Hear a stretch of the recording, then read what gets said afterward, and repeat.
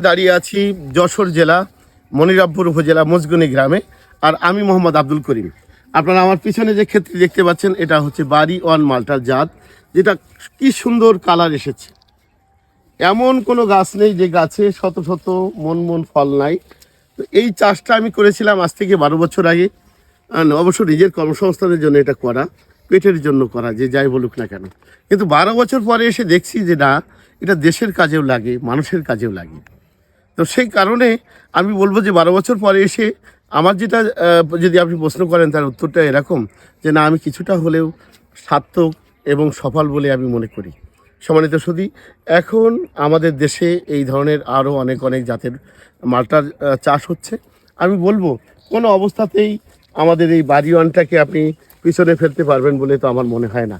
দেখেন, এমন কোনো গাছ নেই যে প্রচুর পরিমাণে ফল নাই, এবং প্রচুর পরিমাণে জুসি। এখন আজকে ডিসেম্বরের 6 তারিখ, এখনও পর্যন্ত প্রচুর পরিমাণে জুস আছে এখানে। এবং বাজারে যে কোনো মালটার চেয়ে আমাদের এই মালটার স্বাদ যথেষ্ট বেশি ভালো। আমরা ল্যাব টেস্ট করেছি গত বছর, 14.5% পর্যন্ত টিএসএস পাইছি 100%-এর মধ্যে, 100-র মধ্যে। সেখানে বাইরের যে কোনো মালটা আমদানি করে যেটা, তার পরিমাণটা হচ্ছে অনলি 9%।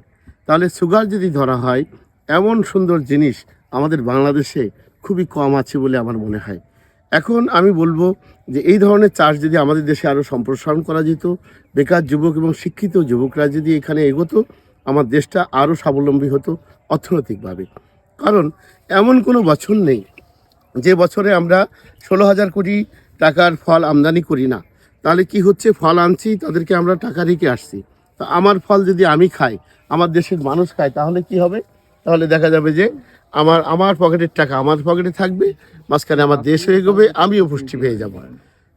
তো এখন যারা বেকার, তাদেরকে বলবো যে এই ধরনের একটা প্রজেক্ট করুন। প্রজেক্ট করলে আপনার নিজের ভাগ্য যেমন বদলাবে, আপনি 5 জন লোককে কর্মসংস্থান দিতে পারবেন এবং দেশও এগোবে।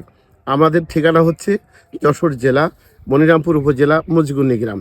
আর আমার কন্ট্যাক্ট নম্বরটা আমি বলে দেবো, 01714959353। আপনারা আমার বাগানে আসবেন, দেখবেন, শুনবেন, ফল খাবেন, ফল ফ্যামিলির জন্য নিয়ে যাবেন। তারপরে ভেবে দেখবেন যে এই ধরনের একটা প্রজেক্ট করা যায় কিনা। কারণ আমরা যতই চটকদারি কথা বলি না কেন, দিন শেষে আমরা ব্যবসায়ী, এবং চাটুকারিতা আমাদের ভিতরে নেই, এ কথা বলা যাবে না। তো যে কারণে আপনি সিদ্ধান্তটা নেবেন চোখ কান খোলা রেখে। হ্যাঁ, এখানে আসবেন, বুঝবেন, শুনবেন, তারপরে সিদ্ধান্ত নেবেন একটি বাগান করা যায় কিনা। ধন্যবাদ সবাইকে।